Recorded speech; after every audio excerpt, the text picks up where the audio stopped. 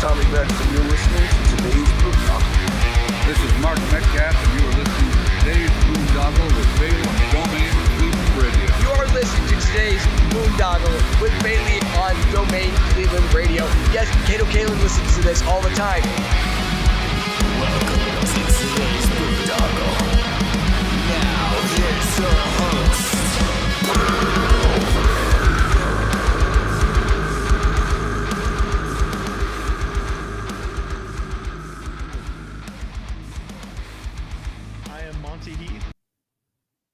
What's going on, everybody? It's Bill Bailey with today's Boondoggle. And yeah, man, I'm once again another episode where I'm grateful for this platform. I'm grateful for the people I've gotten to know on my journey, and you know, some of them referring people into my life for this opportunity for conversation. So shout out to Mary from the Taylor Foundation for being such a huge supporter and a friend, and connecting me with Mr. Chris Morgan here. How you doing, Chris?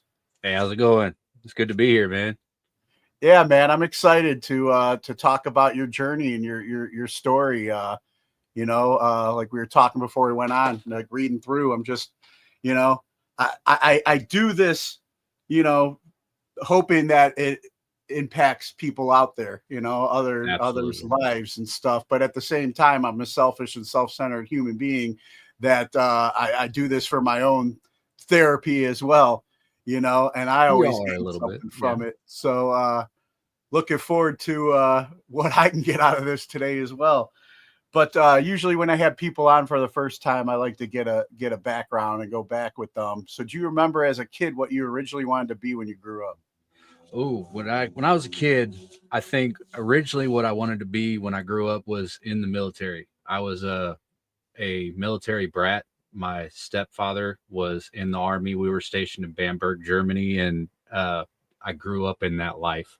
So I remember playing outside and pretending like I was the army and everything else, and just running around. And that's what I wanted to do growing up, is my earliest memory. Nice. So yeah, so growing up, life as a military brat, you know, I've had a couple on here, but you know, I don't think I've ever asked about like what that's like being a kid and being raised in, you know, on a military base in other countries. Oh, my earliest memory was Fort Bliss, Texas, I do believe. And I remember the on-post housing there. And when we were leaving, I couldn't for the life of me figure out why we were scrubbing everything with a toothbrush, because we had the inspections we had to hit after we left and everything. So I remember that. But then going to Germany, I was there from 88 to 90. And it was culture shock going into it. Absolute walk across the street and there's a completely different world. I was exposed to different monies like marks and pfennigs and stuff like that. And it was a completely different value. So going across the street to the candy store, which they called the Gumi store, I would take a couple marks with me and I couldn't understand anything she was saying. So I had to point at what I wanted and she'd give me a bag of candy and I just thought I was everything. Nice. And then, so like, you know, and then what was like, you know, going to school and stuff like over there? Well, we had a mixture. There was a couple of German kids that were at our school, and I didn't see it as anything different. I was like 8 at the time. So I saw a bunch of different children from Germany, from on posts. I was exposed to many cultures at a very early age because of the military, which was probably awesome. And it helped develop me into who I am. But getting back to it, it wasn't really any different, but we did experience talking about Christmas there, their traditions and stuff, and St. Nicholas, and I got to learn some of the songs, and I was introduced to the Krampus and stuff. I knew who the Krampus was before the movie came out because it's just stuff that they taught us. And when coming back, it was another culture shock whenever I came back in 90 that America did a little different, and I wasn't used to it. even bigger, I went to a Christ Lutheran school when I came back, so it was all religious part of the church. So it was quite different. Quite a culture shock coming back. Yeah. Yeah. It's funny coming back to your home country is a culture shock, you know. And You don't really think about it like that, but it really is, because you get back to some of the stuff we take for granted. yeah. I mean, I'm getting old. I'm becoming that grumpy old guy who would get off my lawn, but it's like some days I feel like just stepping outside's a culture shock. Like, where's the country I remember growing up in? Some It days, feels like you that know. too. Yeah. But so yeah, life as a military brat, you kind of always knew as a kid that was something that you wanted to be a part of. What was when was it that it clicked and you were just like, okay, I know this, I want to serve my country. I'm signing up. Let's do this. Well, that happened in my senior year. I grew up in a rough life. I was abused and everything. My stepfather, that wasn't in the military, after my mom left him, when we got back to the States, she remarried to a guy that was not good to me. And I lived a pretty rough life, being abused, was in shelters and stuff like that. And I started making some bad choices myself. I started doing drugs, started doing things that I shouldn't have been doing, just try to get away from how I felt and what I was telling myself, what was beat into me at that point. And so I moved from Oklahoma, where we were living, up to Ohio, where I'm at now. And I joined the Army in my senior year as a way to like put all that behind me, straighten myself out. That was my attempt.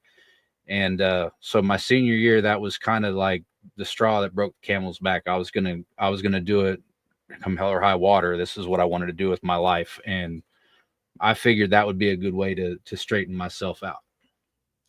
Now, would you say that your stepfather that served, obviously, was a better influence on you than the stepfather afterwards? But obviously, was that's where those seeds were planted as well? Absolutely. I looked up to him. My biological father committed suicide when I was really young, and I don't have any memories of him. So growing up, all of my core memories about fatherhood came from my stepfather, who was enlisted. And so I wanted to be like him, but it wasn't until I got older I started seeing some of the signs. But he was a big alcoholic and had his own problems. So whenever that was presented to me by my second stepfather, that he was a drunk, and kind of shattered that hero archetype that I had of him, and that kind of made me want to do it myself and get away from all that. I had a lot of resentment back then that I've had to deal with it, but I had a lot of problems back then. Yeah, and there's number one of what we were talking about before we went on the air. The message I've been getting this weekend is resentments and where they lead me. Yeah, absolutely. And so in that abusive situation, your I guess view of your original stepfather was shattered. You're seeking something and a way out because you knew what you were doing wasn't where you wanted to be. You go sign up. And what was that transition like, once you left for boot camp? Oh, for me, it was scary. It's what I wanted to do, and I knew it. So inside in my gut, this is what I wanted to do. But getting off that cattle truck and having that drill instructor in my face was just traumatic for me because of all of what my second stepfather had done. The entire time I was in basic, I had a PT patch. I scored 90% in all three, the push-ups, sit-ups, and the run. So I didn't have to, once I got to permanent party, I didn't have to do any of the PT with the rest of the platoon. I was able to fall out and go back to bed.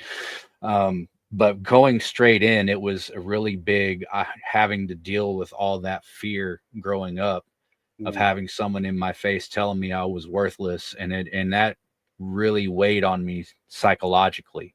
And at the time I didn't realize it. until I got to permanent party and started getting away from it and back into the civilian lifestyle, that the two differences, that's what was ultimately really weighing on my psyche, was what I thought at the time was the military. But once I grew up later, I found out that it was my unresolved trauma with my family, specifically my stepfather. And then what was when you decided you were going to join and go serve? How did your mother react? She was absolutely ecstatic because, again, that she watched me spiral and didn't really have a say or couldn't do anything about it. So when I made that choice, she knew that's what I had always wanted to do. So she recognized that as me trying to right the ship. So she left from Oklahoma. I did my basic training in Columbia, South Carolina. So she flew from Oklahoma to Columbia to watch me graduate basic. And then I went straight from basic to airborne school. But I never graduated high school. I dropped out and got my GED so I could join. So that was the first ever graduation of anything that she was able to attend. So that was kind of like awesome to me, because that was all the graduations she missed that I should have had rolled up into one. Nice. And then during that time frame when you graduated, she came out to celebrate that with you. Was she still with that abusive stepfather? No, she had left him when I was 16. And that's once I turned 16, that's kind of whenever I didn't really have a male role model to show me how to handle that stress. And she was working 2-3 jobs. And again, at the time, being as young as I was, I resented her because she wasn't there for me. But she was just trying to be a single mother doing what she could do, But in the moment, you don't think about it like that. And it sounds like, there's obviously, a lot of anger that you're carrying on with the resentments. And then it's almost like when you got there to boot camp, though, you were able to use that as the fuel for PT and everything. Absolutely. It absolutely did. A lot of that anger came out in basic, and there's a couple times that I probably should have been put out while I was in basic, just because of how I was behaving. But I got through it. I managed to get through it. And then when I got to permanent party, I screwed it up and was put out on general under honorable conditions 2 years in. Failure to show up to PT on time. And then actually at a party took some acid because I thought that they couldn't test for it. And you have a 72-hour window and it will show up in your urine. But I was on acid whenever they called us in, which was stupid of me to do, because I was packing parachutes for people depended on my chutes. So they had every reason to put me out, and I should have. But that was me again trying to deal with trauma that I was dealing with it the only way I knew how, and it caught me. Now, I want to get back to that part of your military time, but I want to ask a couple of questions that I normally ask veterans I have on. So, through boot camp, and then you go into training to rig parachutes, and stuff. What was, what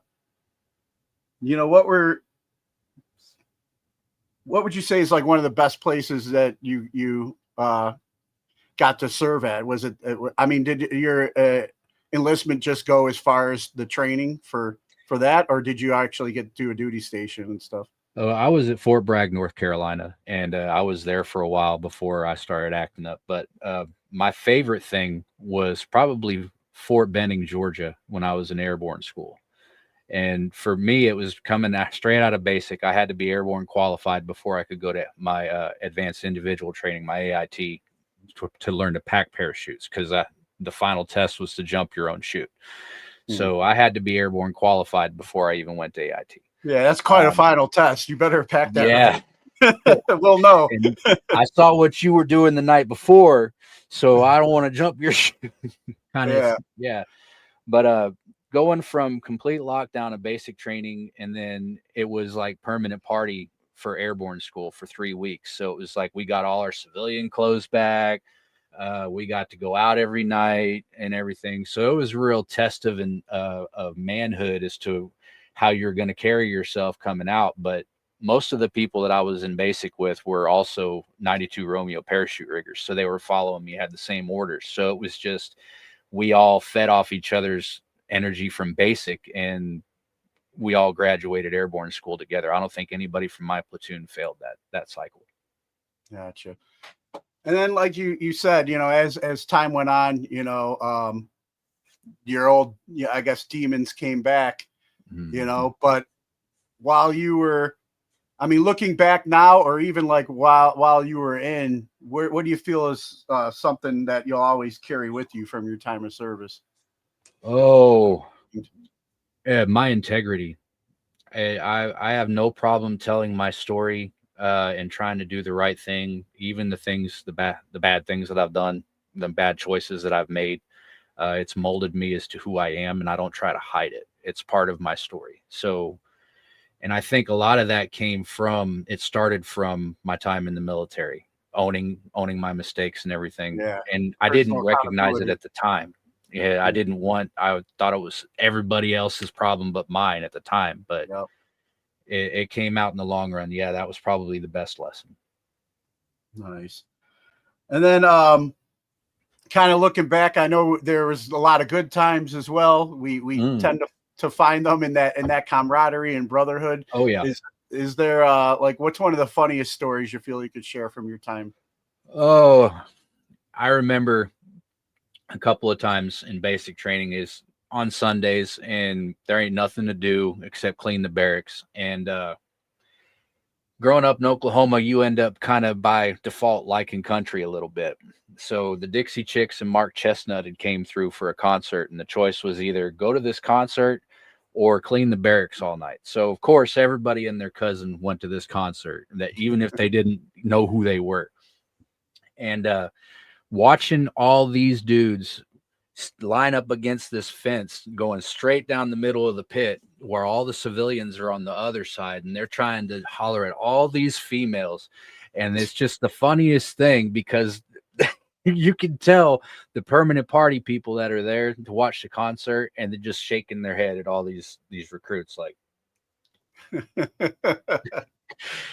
it was funny. It was just really funny to watch. Clean the barracks, or go see something. I mean, even if you didn't know who the Dixie Chicks were, you just had to hear the word chicks as a man, and you're like, I'm going. They're meerkats, man. Yeah. And then what would you say is like one of your greatest hopes for the country that you were willing to give your life for? That we can get back to it, back to what we used to be. And I think there's a lot of people that still believe that way. And when you look at what's happening on the stage, if that's, because that's what it should be called. If you look at look at what's going on the stage, it's a design, and it probably always has been, to keep us divided, to keep the power where it's always been. Because if it goes to where it should have been in the first place, we probably wouldn't have a lot of the problems that we're having. Oh yeah, I agree, man. You're talking my language there. The whole world is definitely a stage. I don't generally get into politics too much, because it's such a polarized issue right now, until we can start getting more people awakened to that fact that it's designed to polarize, that it's probably.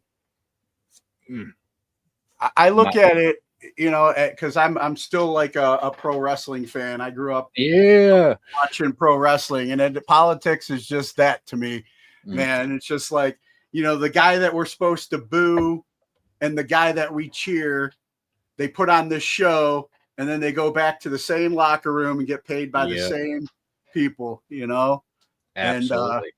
And, that's how I look at it now, man. Now I know we're going to get into a lot of this topic, but I want to, hear your response to what you feel we can do to, break the stigma of mental health and PTSD. Absolutely. This is something that I'm very passionate about. Something that I really want to do to break that stigma is, first, I want to talk about the metal community. Um, I've been to a few metal shows here recently, and it's a lot different than what it was when we were growing up. The energy is still there, but it's shifted. A lot of it is, especially the acts, are starting to talk about mental health, and they're putting that out there, and it's like reverberating through the pits, through the crowd. It's like everybody is on board with helping, but they don't exactly have a direction, or they don't know. And we have some brilliant organizations like the Demons Behind Me Foundation and the Taylor Foundation that are making some moves and doing wonderful things. And what I think we could do is, I think we should do another live event that's a benefit concert like Live 8. We're seeing a lot of things, a lot of programs getting cut because of funding and stuff like that. And everybody wants to help, but nobody's qualified. Nobody knows how. Nobody knows what to do. So I think, given the temperature and the climate of the pits in metal community specifically, that a benefit concert like that to generate some funds, and that's really what I've been focusing my energy on now, is trying to get in the talks with the right people to get something like that put out there, because I think it would be very well received. And part of it, the problem is not having the money because of the cuts, and that would get rid of at least that aspect of it, and then put it in the hands of the right foundations and get some good programs going for these individuals, like the veterans with have PTSD, or the first responders, the mental health professionals that have to sit and help these individuals and hear their stories as well as they're healing. All of it's important. So I think that'd be a good start. Yeah, man. And now it's like I see another reason why Mary connected us. I mean, back in the day, I used to do concert promotions here in Cleveland. I watched a couple of your shows and a couple of your interviews, man. I'm really impressed. Well, thanks, man. I used to do, I lost a nephew to suicide, and it was like right after 9/11, man. And it was just, sorry about that. You know, I got with some people, and we organized a annual suicide prevention concert that we would do and raise funds. And I started like a fund in my nephew's name to kind of keep his name alive at this local, kind of like a children's recovery place. And, I would do that consistently, but also like during that time frame is like you were talking, and we'll get more into your story about your demons coming back. It's just like, man, there was that battle. I was trying to do good, but then my demons were getting the better of me with addiction, with being in that life and sometimes just putting those events on. I couldn't handle the stress of getting all these people. There's a lot of ego, whether they're well-meaning or not. I have a lot of ego, and I try to mean the best, and my ego gets in the way. So trying to organize and make this thing happen, I guess, with expectations too, which I, need to work out. It became a lot, man, and it poured fuel on the fire of my addiction. So I like to sit back and have these conversations now more than organizing events. But because I did those things, I've been blessed to become friends with a lot of people still doing it.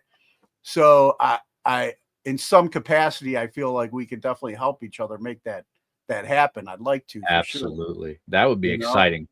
Absolutely. Yeah. I mean, it's something, obviously I'm as passionate about as well. So,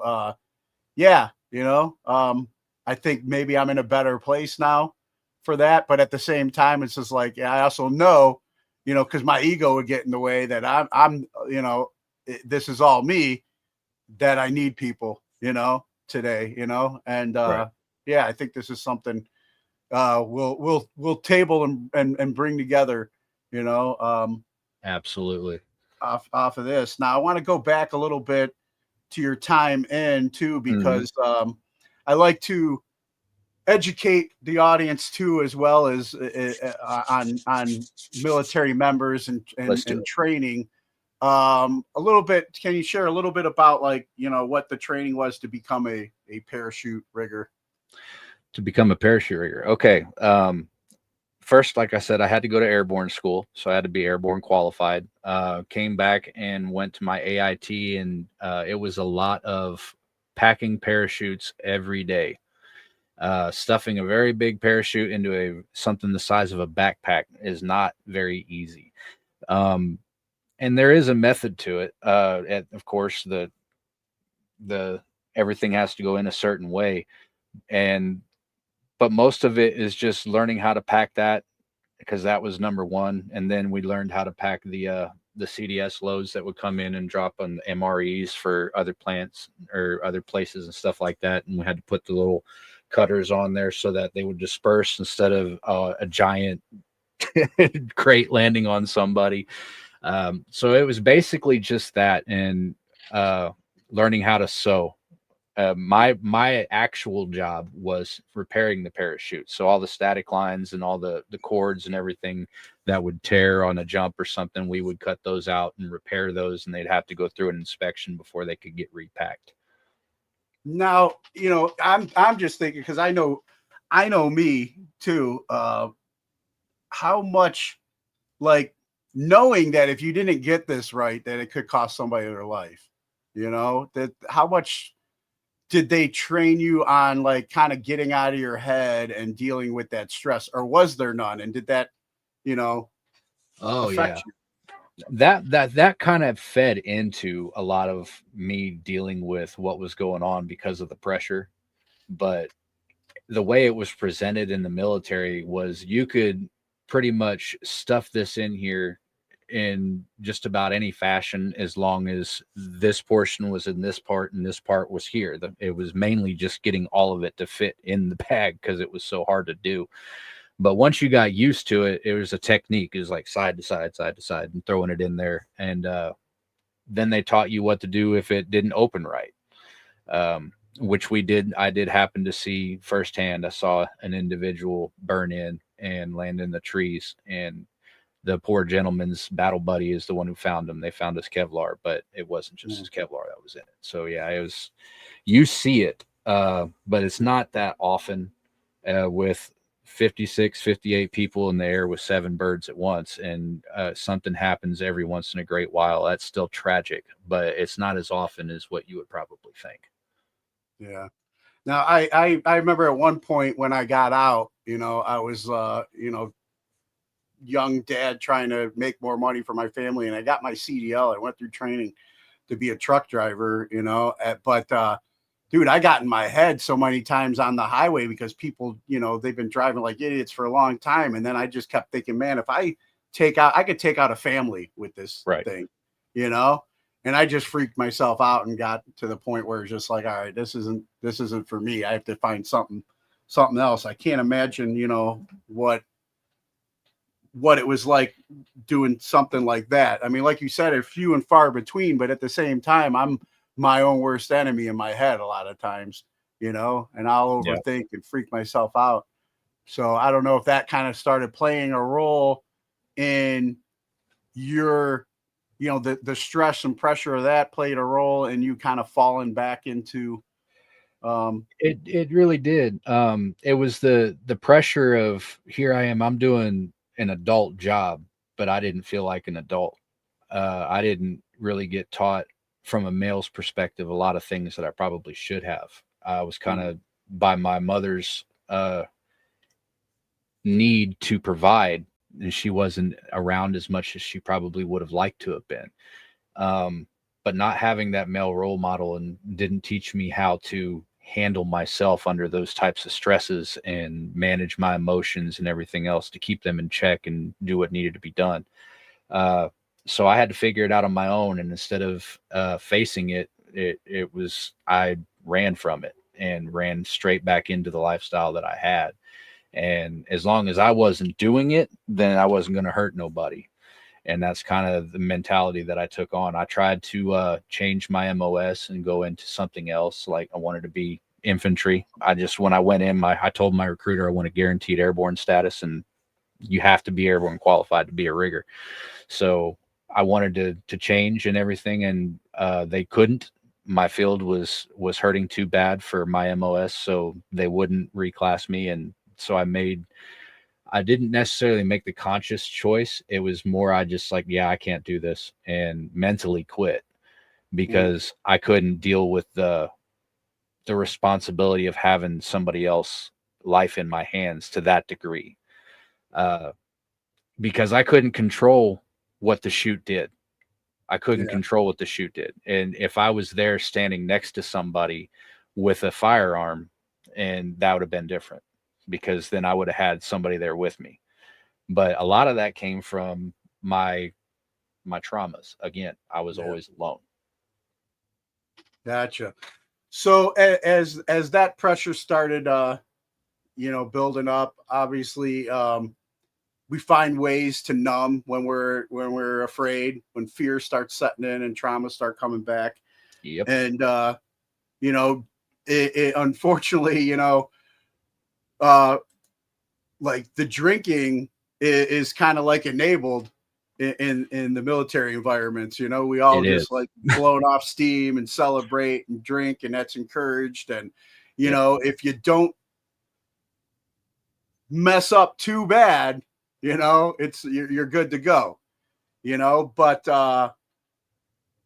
as what kind of led to I mean, I have a history with drug use as well before, Right. going in, and it's funny, even though I'm 16 years in recovery now.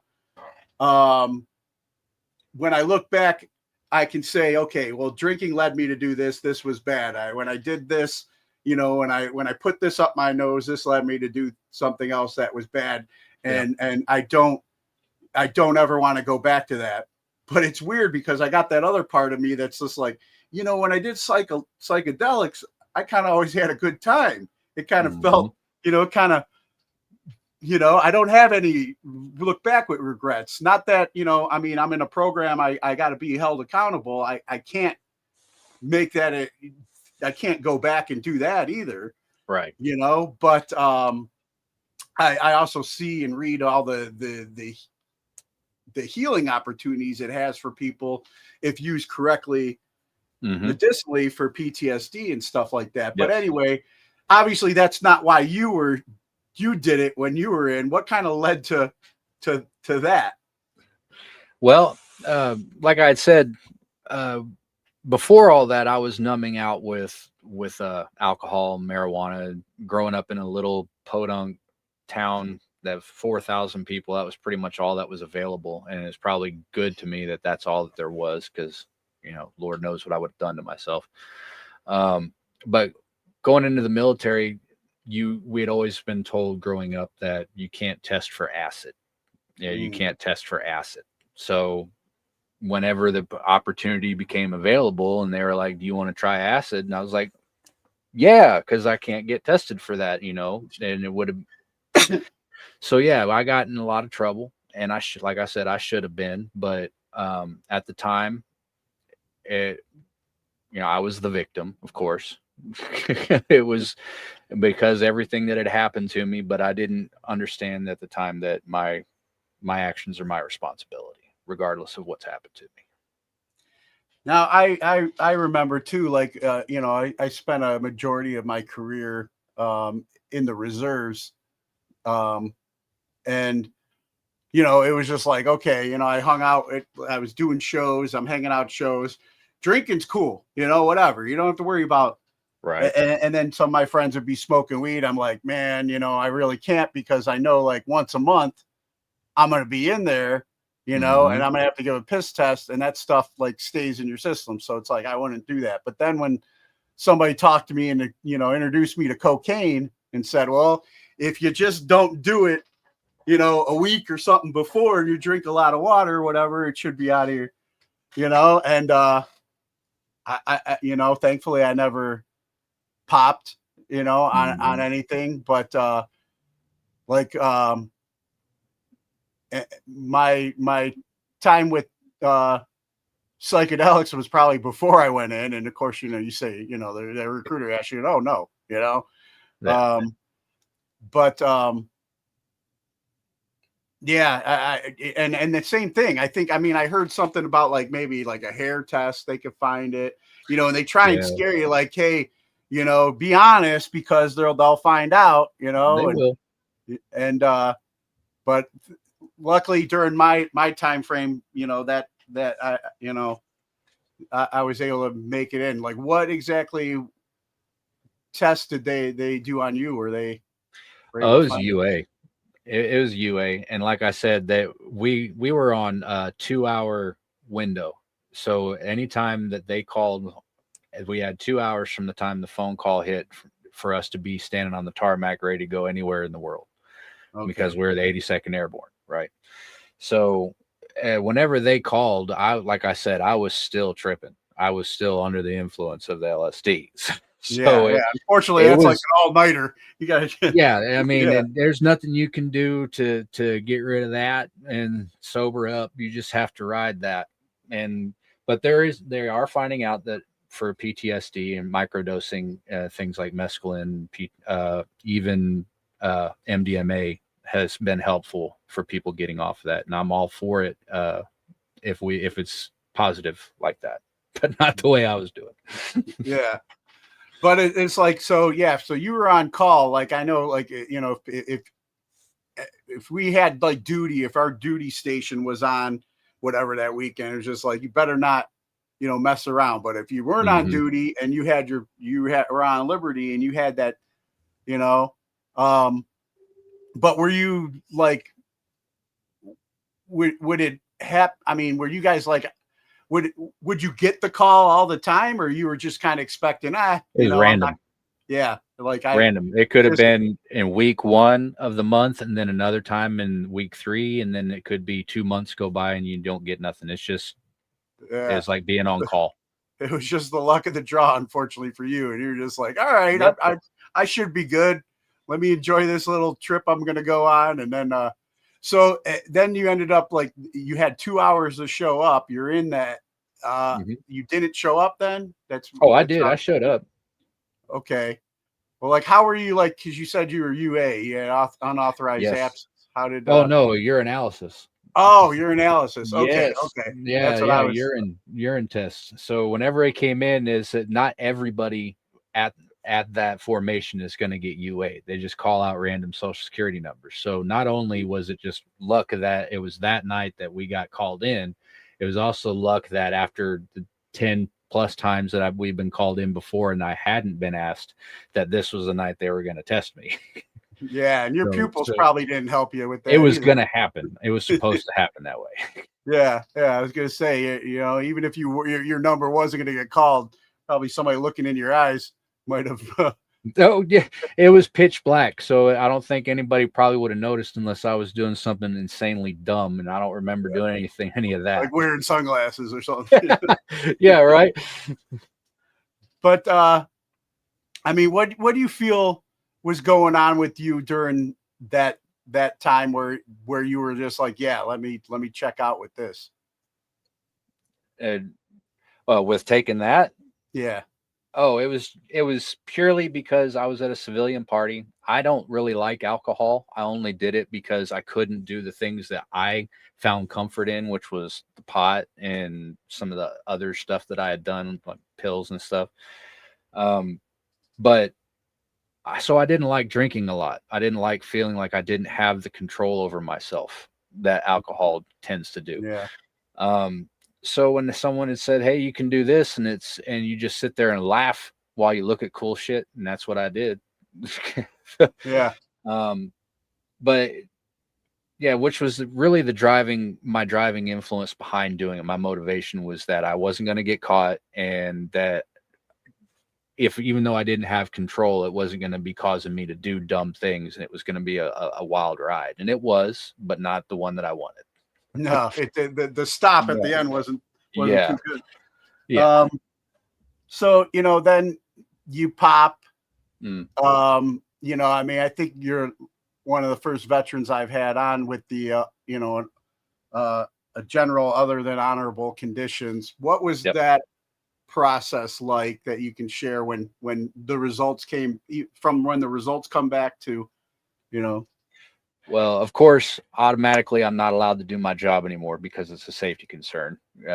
Obviously, and it should have been. So I'm on field grade Article 15. So I had 45 days in the barracks, and I just worked in the kitchen KP duty, and then I couldn't leave.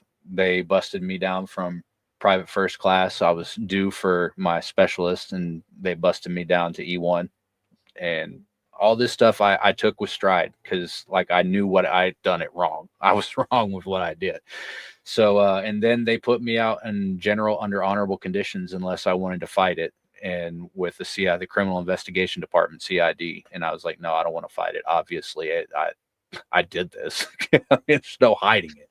So they put me out, and they said it was like I was never in. So I don't get any of the veteran benefits or anything like that, and I can't go back in either, which I tried to do later as a correctional officer. Okay, yeah, I wasn't sure how that worked out with Yeah, it's not a bad mark. Like if they were to look up my history, it's not going to be like, oh, dishonorable discharge, like he's a terrible person. It's like being a civilian again, like I was so never it doesn't prevent you from like seeking employment in the civilian world and stuff. Right. But they did me a solid with that one, because I could have been put out on a dishonorable. Yeah, but yeah, any of those benefits that you may have earned, unfortunately. Yeah, I was only 19. I was still a kid. Yeah. Back then, I was trying to do the best I could with what I knew at the time. Now, although, like you said, they did you a solid, you're able to, find another way of life. I'm sure, like, during that whole process, though, having to go home, the humility, maybe the shame. Ooh, yeah, that was a pretty dark time.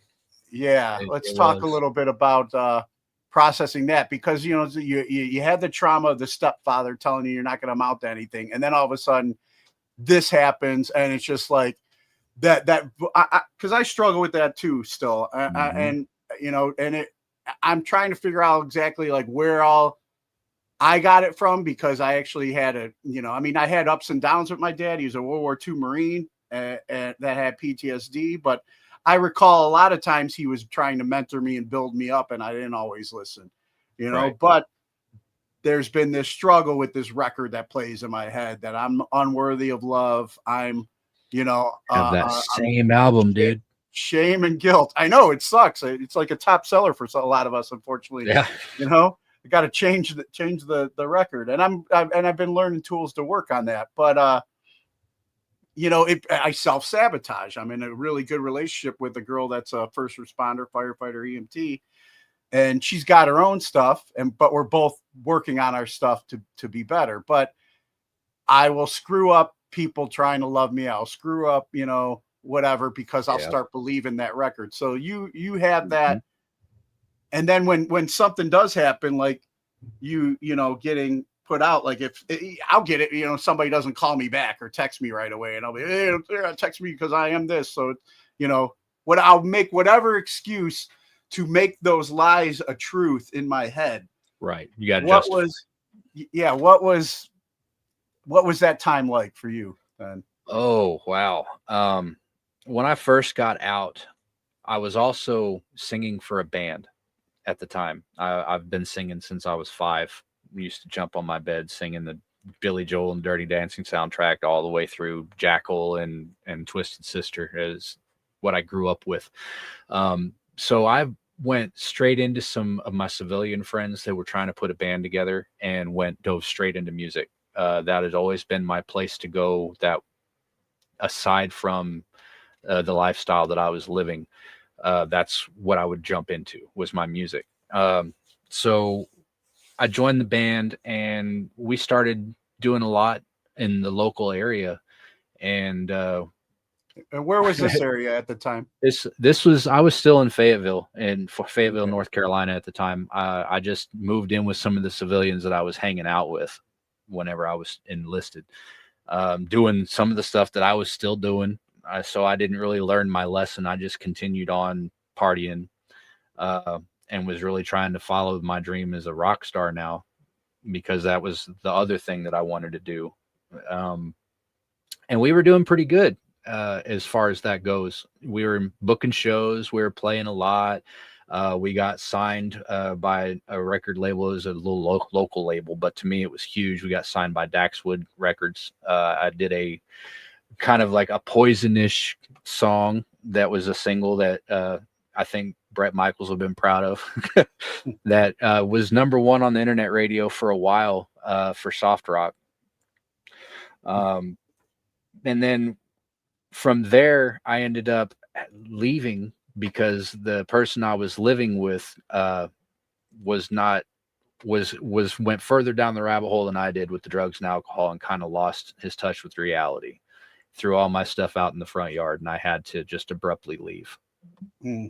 Yeah, I had nowhere to go, so I took a bus back to Oklahoma, and when I got back, I started working as a correctional officer as my second attempt to try to straighten myself out. And I couldn't get back into the military, but if I could work as in corrections or something like that to help straighten my life out, gave me the same type of structure that the military did. It was very military minded as how that everything went down. And that was what I started doing there.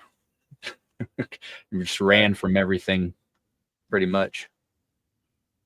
But like, I mean, you're trying to get back into structure, but there is still that, like, I don't know, like dealing with that, like that voice, that record we were talking about.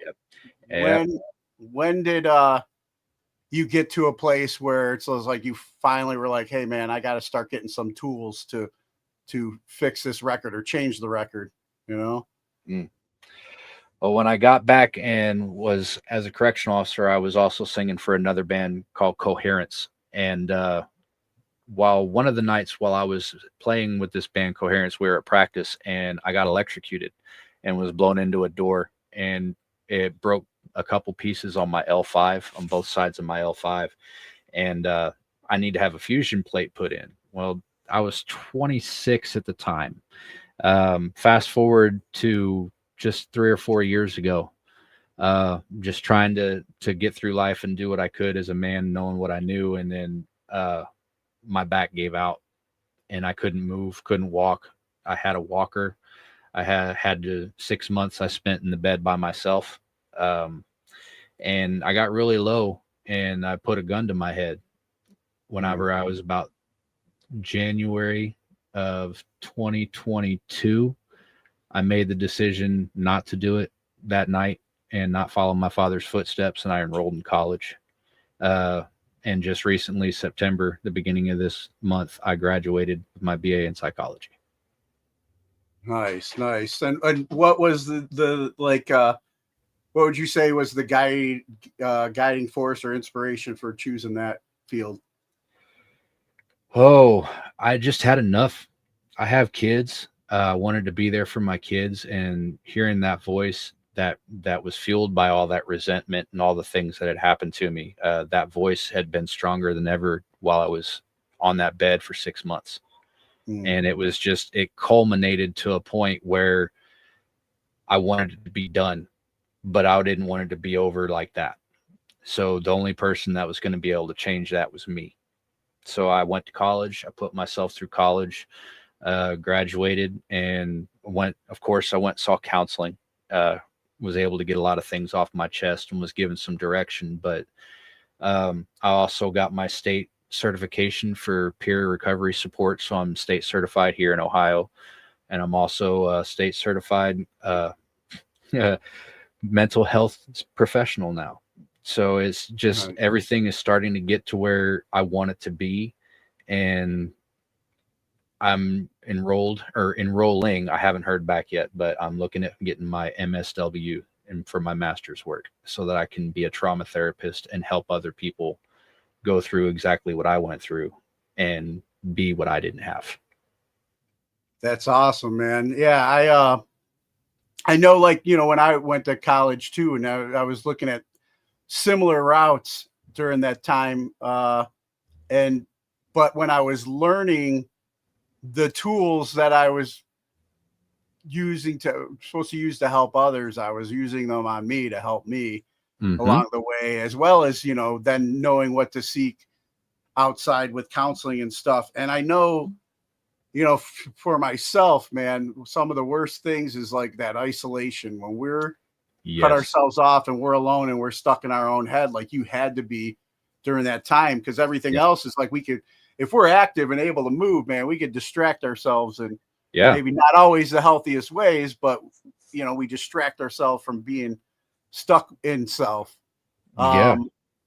But I try and today stay connected to community, especially in recovery. Stay, connected with therapy. And, this is part of my therapy, doing this podcast, Mhm. having these conversations with people and hoping that, the people out there that need to hear it get to hear it. Since, now you're going, like you said, for your master's, Yes. you got all those state certifications. What's been, Mhm. like for you doing, like, the peer like recovery specialist? Is that just addiction recovery, or Oh, what does no. that entail? Okay. Peer recovery, basically, it's a non-clinical aspect of recovery. So whenever I was in Canton, I was sitting on the Reintegration Coalition. So anybody who was getting out of in getting out of incarceration, getting out of long-term in-stay facilities, stuff like that, we would help find them resources, help get them into sober living homes, find a job, resume building, anything that we could do to eliminate some of these things, obstacles that were in their way during recovery, so that they could maintain their recovery. So we would just walk and listen with an open ear and be there for them. It's pretty much all peer recovery is. And it doesn't matter if it's mental health or if it's substance use or what.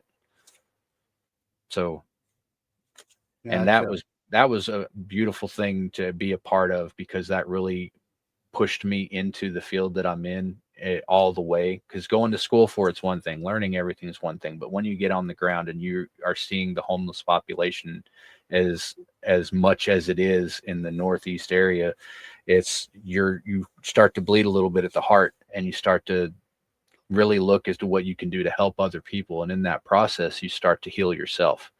Yeah. And that's kind of what has led me to be able to do some of the things I've done, and some of the people I've been able to talk with here lately led me here where I'm at today.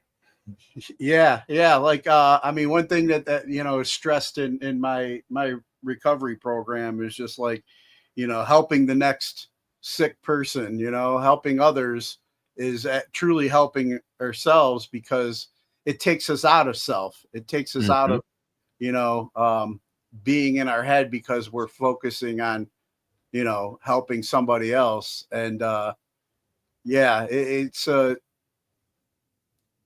and I could see that desire, to take, there's and then one thing that I've learned to do, because there's a lot of times that the past will come back, Oh yeah. past will keep coming back. And if I stay stuck in that shame and guilt of the past, it doesn't help Mhm. me, you know, you know, progress, going forward and stuff. Yep, it's a roadblock. Yeah. But when I reframe the past and be like, yeah, I'm not that person anymore, man. I was that, but look at, and I might not, because a lot of times it's like we're always looking at the next thing, I got to be Yeah. here. I'm not Mhm. here, I'm here. So I still suck or whatever. But it's just like, dude, then when you look back, it's like, well, I used to be here. Look how Right. far I've come, man. You got to like that reframing helps so much, and just be like Yeah. grateful to be in the moment. I'm either I would be stuck in the past for so long, or I'd be Mhm. future casting and I would never be in the present.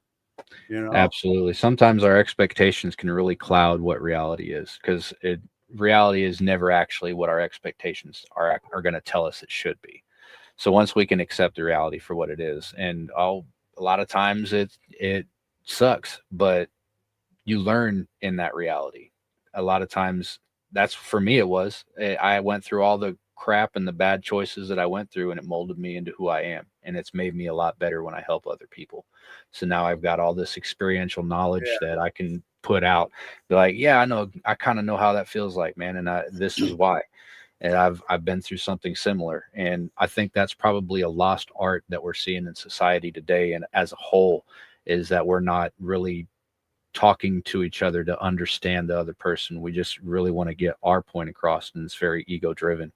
Yeah, yeah, for sure. And that was kind of like what I was trying to say as well, is just like, you know, when we would dwell on it as, you know, and feed it and give it life, the past, you know, instead of now reframing it with gratitude, like, okay, this was all Mhm. teaching tools. This was a lesson for me. I'm Mhm. grateful I went through that, because now I'm able to, you know, share this with somebody else, or help another person, because I've got that.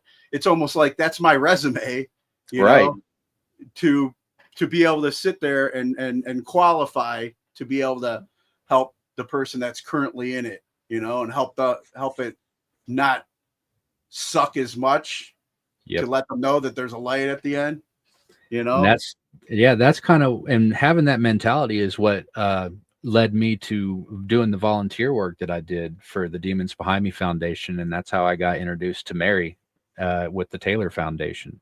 I wasn't going to be able to go to our incarceration this year. So when the Demons Behind Me Inspirational Clothing was needing volunteers to come and help them out, I went, and they picked me out of how many people decided they wanted to go. And I'm like, they had no reason to pick me. They did.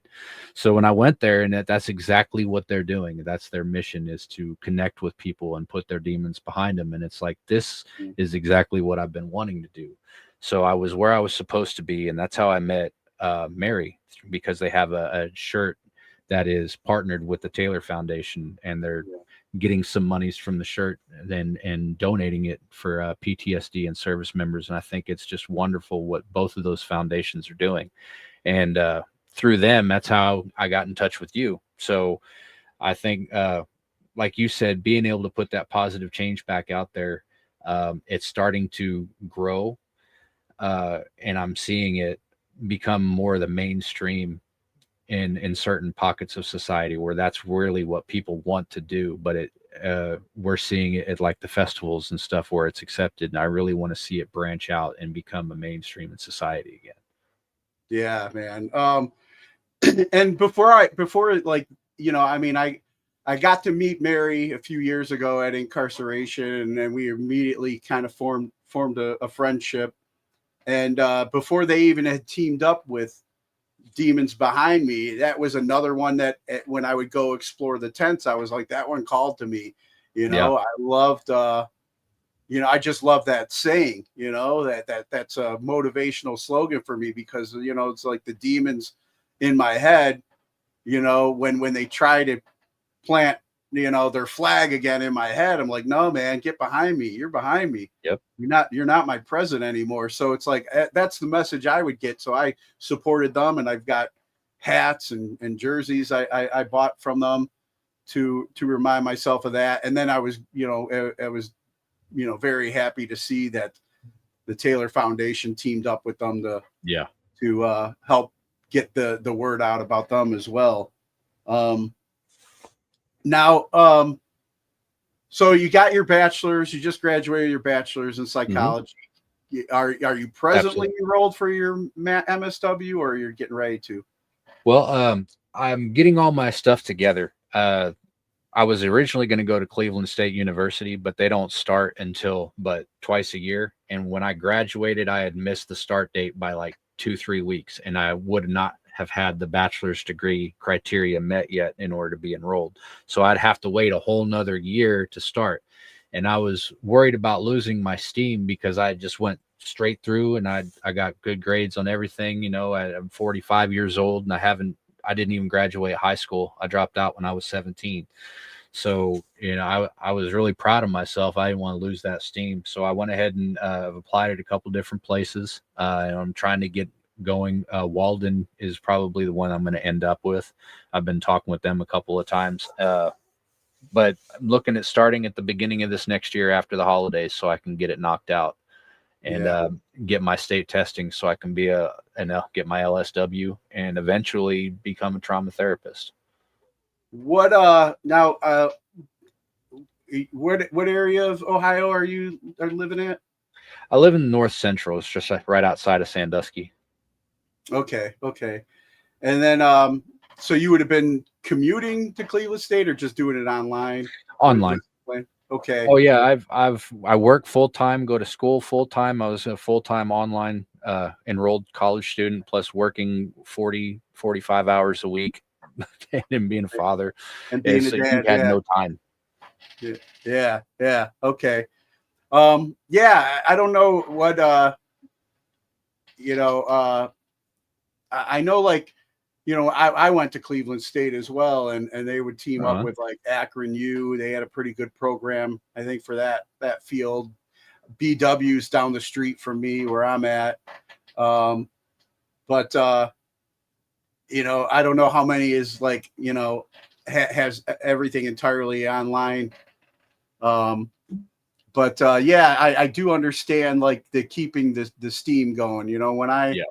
That originally when I went to school too after my deployment, and I was it was another form of distraction for me, and the field that I actually was going for social work as well. I have my LSW, I have my bachelor's. Okay. I don't I didn't know that. That's awesome.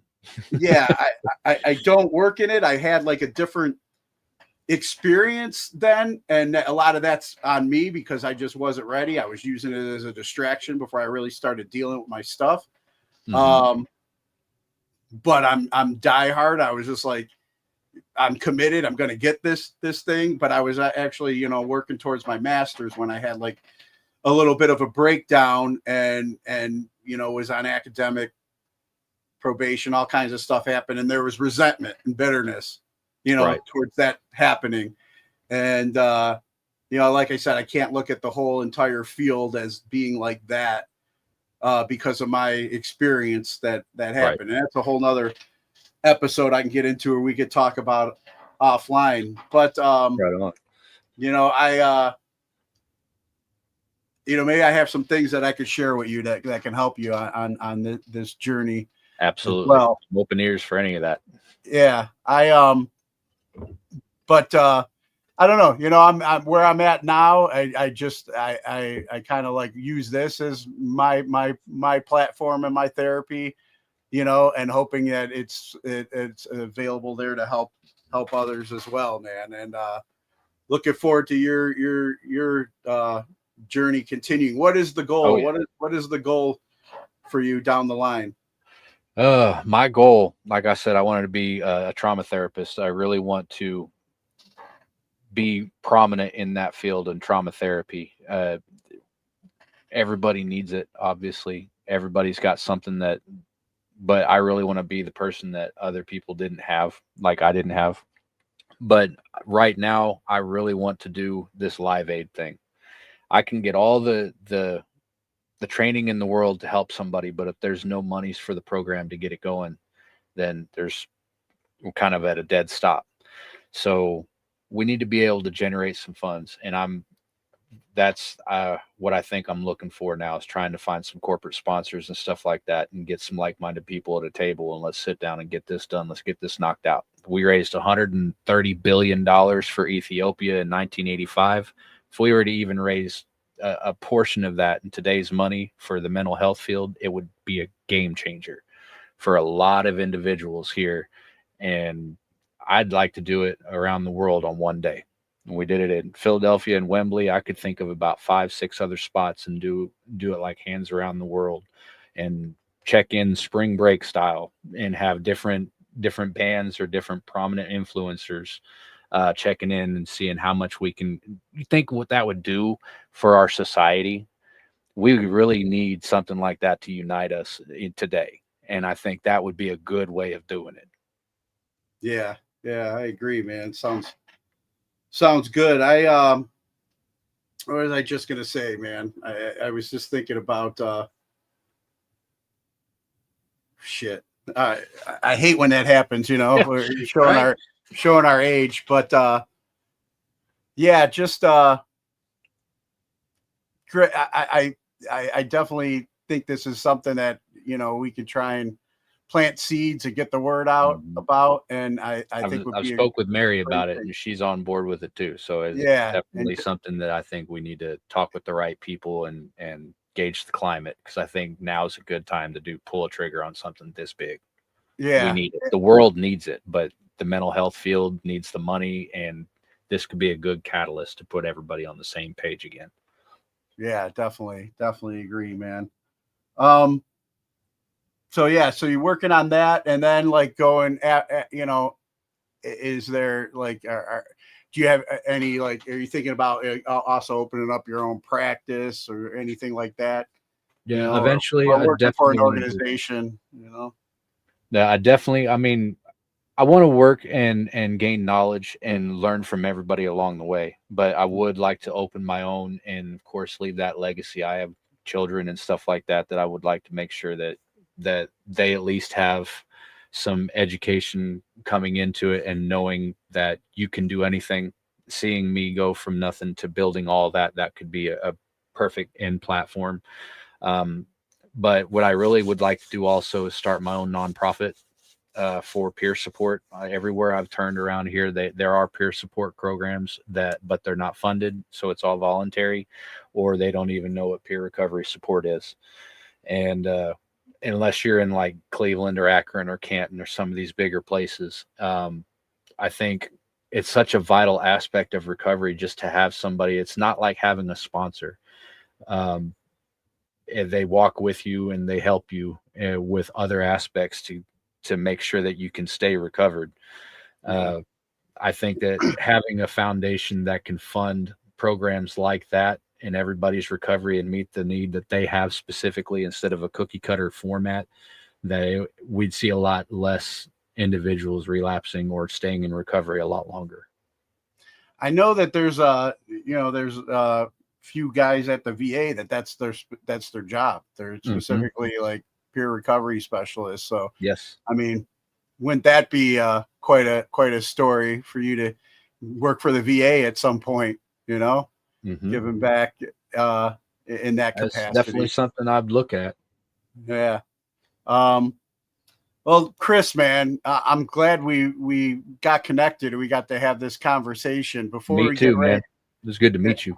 yeah, you too, and yeah, hopefully, we definitely got to keep in touch and for try and figure out to meet in person, because I think I have some things that may be able to help you in the rest of your journey. That'd be Um, amazing. but before we get ready to wrap up, I want to ask you a couple questions I normally ask my guests Here that we I have go. on here. All right. All right. Now I know, being a music fan, I better include this one. But you talked about some of your musical influences and being able to perform as well. Who are your top three artists that you're listening to today? Oh man, I'm at that age group. Of course, I'm gonna have to throw Tool in there. I've always loved Maynard. Just the way he approaches music, the way the whole band with their timing and how they'll come out of timing, come right back in. It's just epic. I've always liked the way their whole style. I also right now I'm really big into a band called Wage War. Everybody, I think they're real popular now. I Yeah. like how they're mixing the melodic and the scream together. I think it's just excellent. And then my last band I would have to say would be like Sleep Theory. Not Sleep Token. I like Sleep Token, but Sleep Theory is a different band. They're up and coming. They're playing in Canton at the AMMA uh, the night festival, and I can't go, and I'm jealous. So all y'all are Yeah, I'd going, like to go check that out as well. go That for looks me. But yeah, they're going to be one of the opening acts with Lamb of God and Drowning Pool, and I would really love to be there because they were in incarceration, but I was volunteering and doing some excellent work, so I kind of got to hear them in the distance, and I'm a huge fan, guys, huge fan. Nice. And then, what class you feel should be mandatory before graduating high school today? Oh, emotional intelligence training.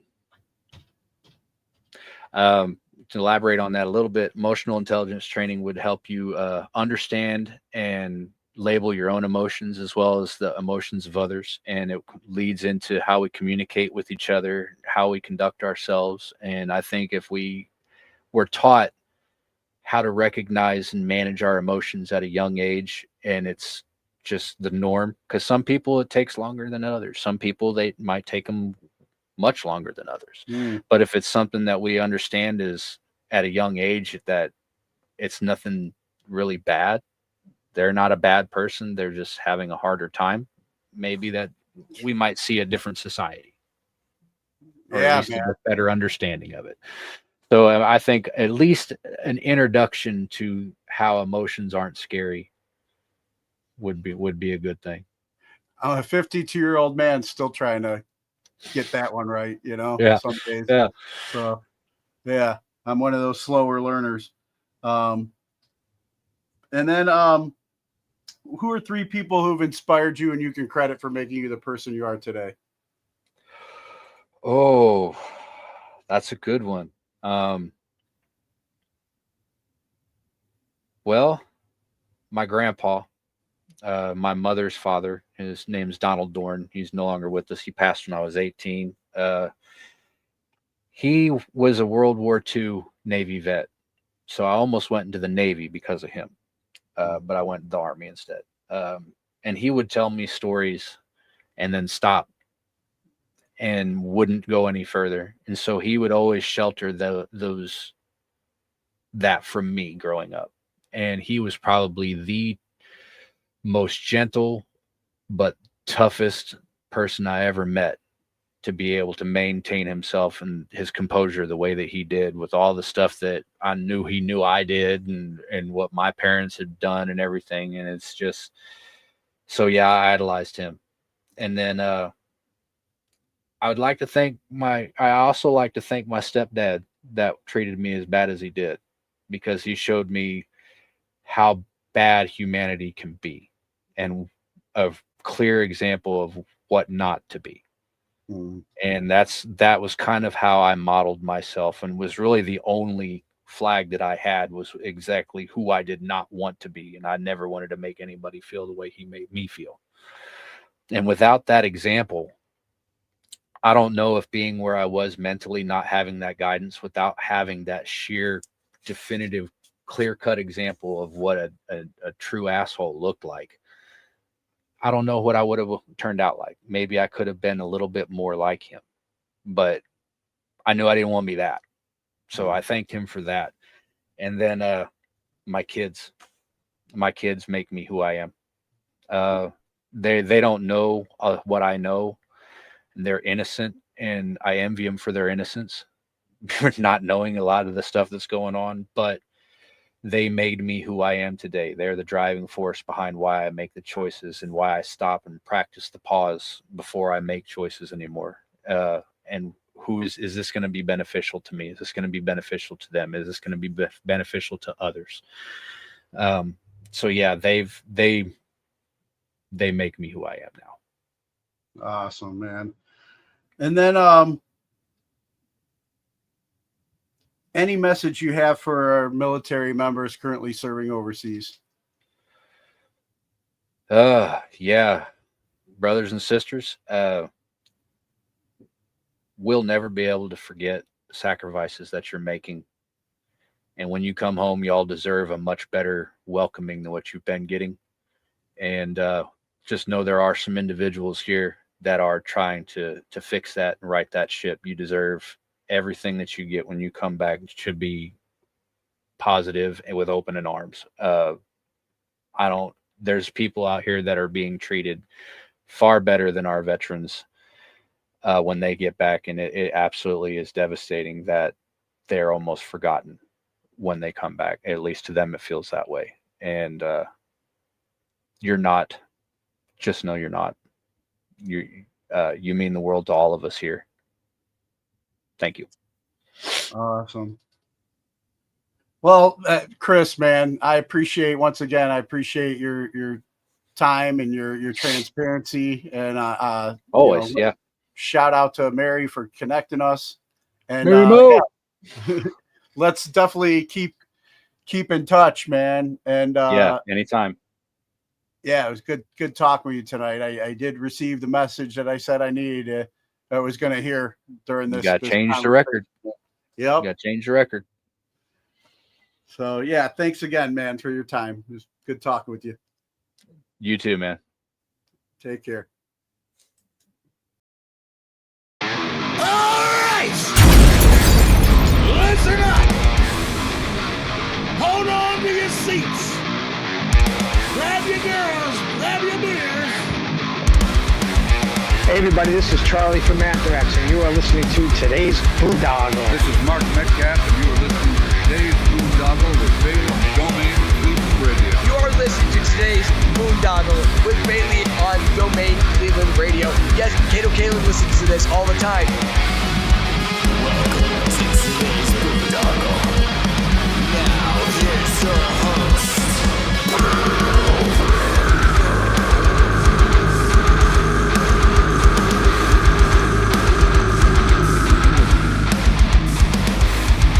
I am Monty Heath, so one Heath, and you are listening to today's Boondoggle. Hey, what's up? It's John from Skillet, and you are listening to today's Boondoggle on Domain Cleveland Radio.